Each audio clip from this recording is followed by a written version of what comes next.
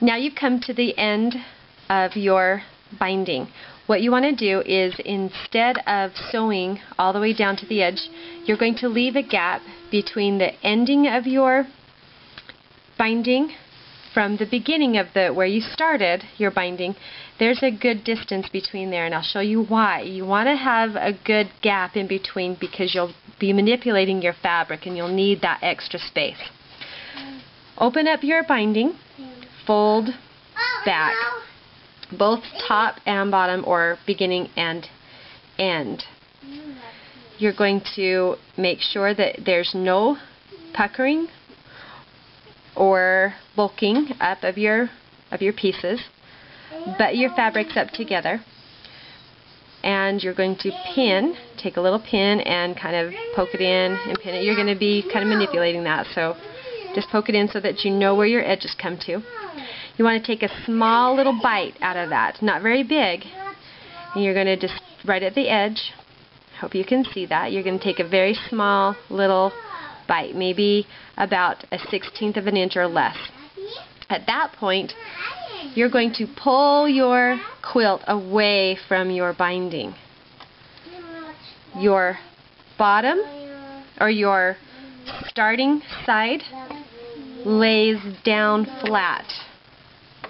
Your ending side is this direction, so your underneath is right side up. This is your starting one. This is your ending side, and it is right side down, and you're going to crisscross it, squaring up those corners. And that's why you want to take just a small little bite out of that, so that your fabrics can move from this position to that position. So you want that just as little as you possibly can. Make sure that those get straight. Take a small little ruler from this corner to this corner. You're going to mark with a pencil.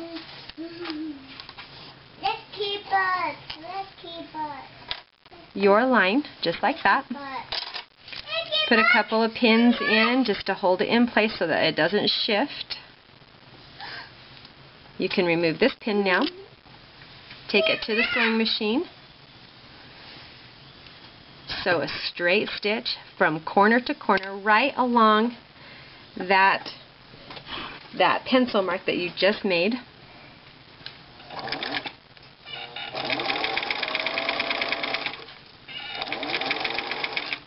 Remember to remove your pins.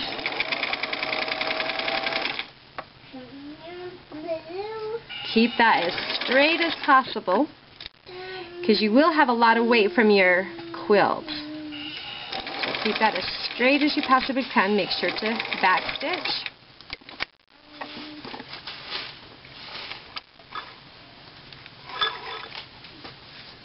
Clip your threads. And then watch what will happen. So now that you have that seam, when you pull your quilt, look how amazing that turns out. And double check that, because if there's gap in between, you'll have to unpick and restitch. So be sure before you cut this excess fabric off, you measure, make sure that that's going to lay straight.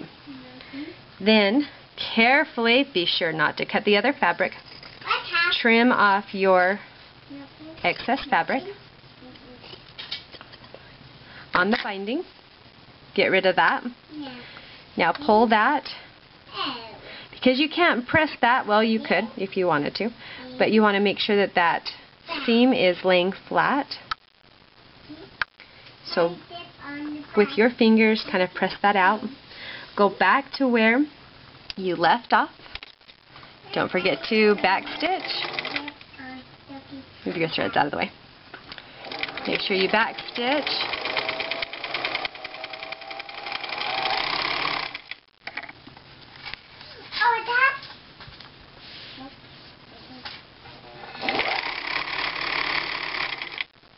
Now you'll have little edges that will trim right up with your sewing.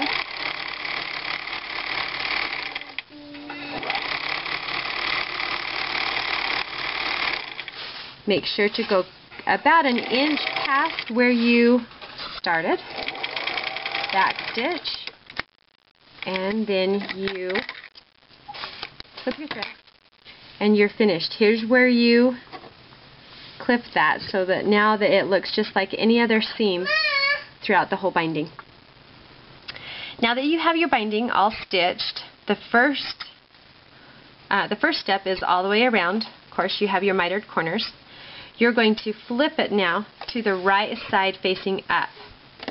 Take your binding, carefully straighten out that edge and fold it to the front.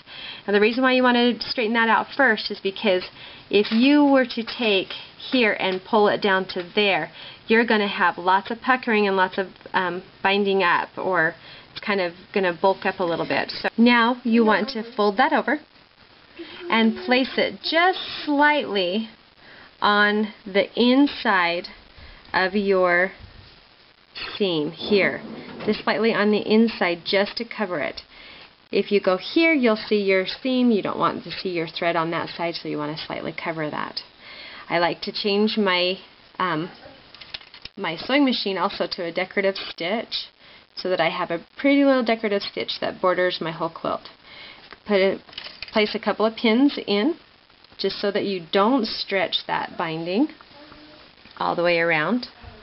Make sure that you have it nice and straight, and don't forget to back stitch.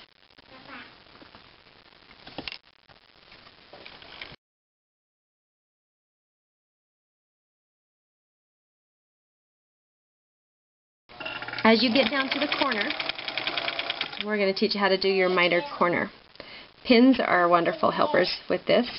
You want to follow, see how you have a little seam that comes down here. You're going to place that edge right on that, just barely covering it.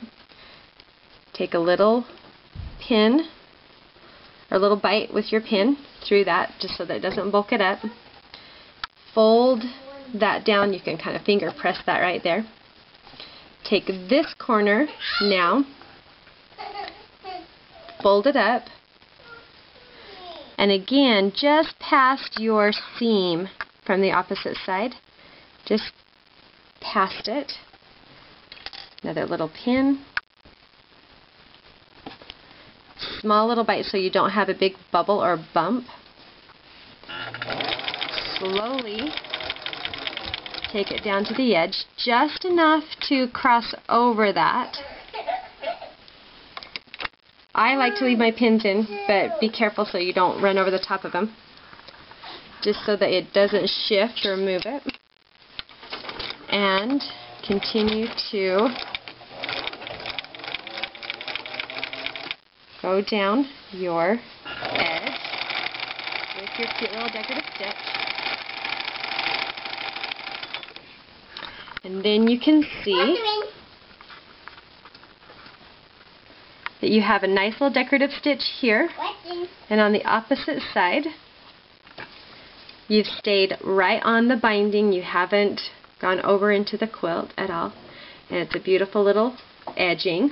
And on the corner, remove your pins, and you have a nice little edging here. And again, it has caught that corner just so that it's nice and straight. You don't have any puckers, but it's kept that miter corner really nice and crispy.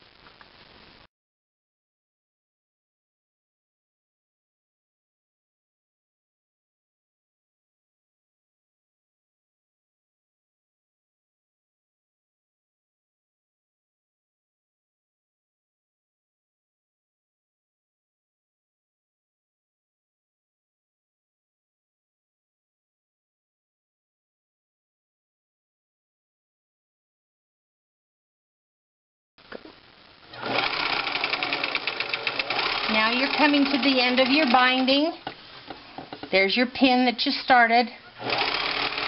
When you get up to that point, remove your pin, do a little back stitch. Voila! You're done.